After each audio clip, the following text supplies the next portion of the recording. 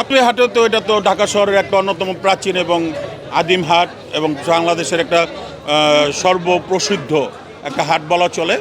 এখানে আপনার সব ধরনের সুযোগ সুবিধাই আছে।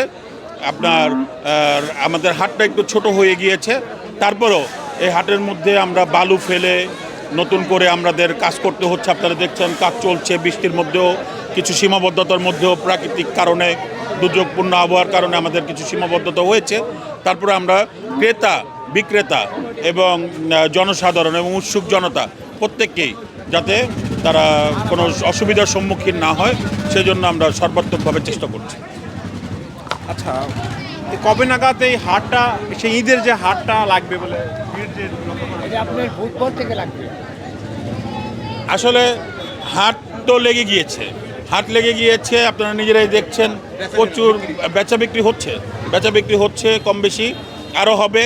কারণ আপনারা জানেন ঢাকা শহরে মানুষের গরু রাখার জায়গা কম। তারা 2-3 দিন আগেই হয়তো বা সর্বোচ্চ 2 দিন আগে গরু কিনে, 3 দিন আগে কিনে।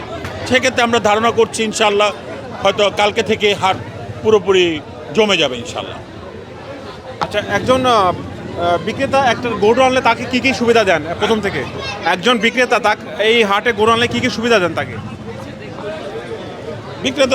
বিক্রেতা সে এখানে হাটের মধ্যে গরু রাখতে পারে, শেড আছে, বিভিন্ন জায়গা আছে, ডগা আছে, বিভিন্ন যে জায়গায় সে তার পছন্দ স্বাচ্ছন্দ্য বোধ করে সে জায়গায় সে গরু রাখতে পারছে।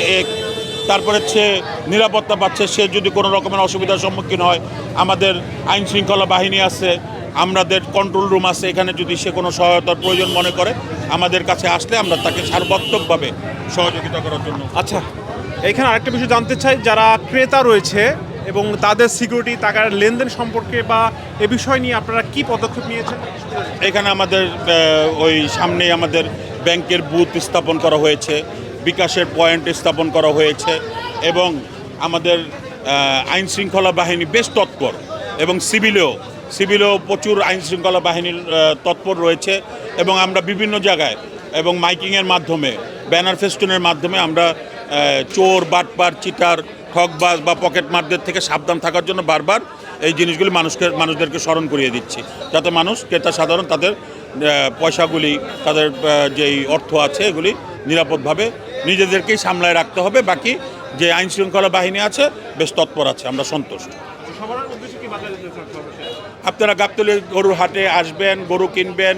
গরু নয়, এখানে উট আছে, দুম্বা আছে, ছাগল আছে, আপনারা এটা কিনবেন আর এখানে গরু নিয়ে আল্লাহর ওয়াস্তে কোরবানি দিবেন, স্বাচ্ছন্দ্যে খুশি মনে ফিরে যাবেন।